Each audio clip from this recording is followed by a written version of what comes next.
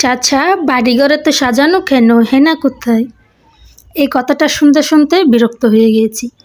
যে কোনো জায়গায় যাই, টিকটক, ফেসবুক, ইউটিউব, যেখানে যাই সেখানে শুধু হেনা কোথায়। এটা নিয়ে তো অনেক নাটক সিনেমাও বের হয়ে গিয়েছে। কিছুদিন পর এটা সবার গেঞ্জিতে লেখা থাকবে, চাচা হেনা কোথায়। তো একটা কথা বলতে গেলে এটা সবার মুখে মুখে এখন ডায়লগ হয়ে গিয়েছে, কথায় কথায় হেনা কোথায়। তো যাই হোক, অবশেষে বাপ্পারাজ হেনাকে খুঁজে পেয়েছে। হেনা বাপ্পারাজকে ভালো মন্দ খাওয়াই দিছে। এখন একটু চিন্তা করতেছি হেনার সাবজেক্টটা এখন যাবে। তো আবার তো শুরু হয়ে গিয়েছে দুই মহিলার ঝগড়া। অবশ্য সবাই তাদের চিনেন, ভাইরাল মহিলা দুজনই। তো এরা লাইভে এসে এত ঝগড়াঝাটি করে। ওই যে সবাই আছে না, আমরা বাঙালিরা আগে কোথাও ঝগড়া হলে দূরে গিয়ে দেখে আসতাম, এখন আর সে কষ্টটা করা লাগতেছে না। এখন আমরা মোবাইল খুললে দেখি ঝগড়াঝাটি। তার কষ্ট করে বাইরে গিয়ে ঝগড়া দেখতে হচ্ছে না, শুয়ে শুয়ে আরাম করে দেখা পারতেছি। তা আমি কার কথা বলতেছি আপনারা যদি চিনে থাকেন অবশ্যই কমেন্টে জানাবেন। তারপরে তো আবার আসছে এক কাপ চা বানায় স্বামীর জন্য। এটাও তো জ্বালায় মারতেছে, যেখানে যাই সেখানে। আরও দেও গ্রামে ওয়াইফাই।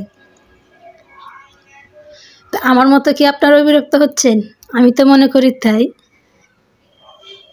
তো বাংলাদেশে ট্রেন্ডিংয়ে একটা না একটা থাকে, কোনো সময় দেখলাম না ট্রেন্ডিং ছাড়া কোনো কিছু চলতেছে।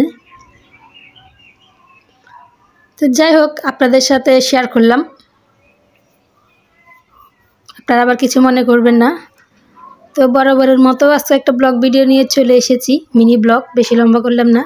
তো সবাই সাথেই থাকবেন। তো শুরুতে কিছু শুকনা বাজার আনছিল, ওগুলো বের করে নিয়েছিলাম, সুনো সাবান। তো মিষ্টি কুমড়া আনছিল। তো মিষ্টি কুমড়াটা আমার ভালোই লাগে, মিষ্টি মিষ্টি, কিন্তু আপনাদের ভাইয়া পছন্দ করে না, সেজন্য বেশিরভাগ আনেও না, তাও আনছে। তো যখন শুনছে আমি চিনি দিছি, তো বলতে চিনি দিলা কেন? চিনি দেও দেখে তো আমি বাড়িতে খাই না। আমার শাশুড়ি মা যখন মিষ্টি কুমড়া রাঁধে ওটা আমার কাছে অনেক মজা লাগে, তো আমিও আমার ওইভাবে করলাম, আমার শাশুড়ি মাও চিনি দেয়। তো মিষ্টি কুমড়াতে একটু চিনি দিলেই নাকি মজা লাগে। যাই হোক, মিষ্টি কুমড়াটা করে নিলাম।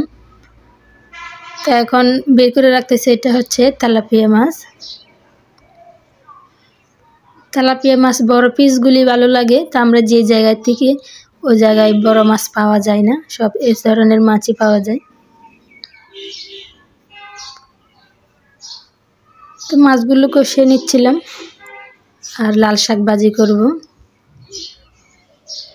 তো যারা যারা আমার চ্যানেলে আজকে নতুন ভিজিট করেছেন অবশ্যই একটা লাইক দিয়ে ভিডিওটা কন্টিনিউ করবেন।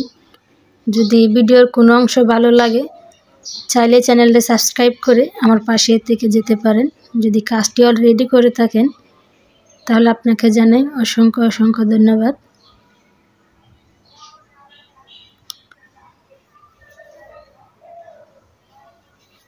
তখন আমি শাকগুলো নিয়ে নিয়েছি এবং ভাপিয়ে নিব।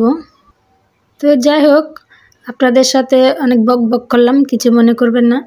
আসলে এখন ট্রেন্ডিংয়ে যেটাই চলতেছে ওটাই সবার মুখে মুখে, ধরতে গেলে অনেকটাই বিরক্ত। তো আপনারাও কি ট্রেন্ডিং ফলো করছেন নাকি কেউ কেউ? অবশ্যই কমেন্টে জানাবেন। তো যাই হোক, আজকের ভিডিওটা এ পর্যন্তই, সবাই ভালো থাকবেন।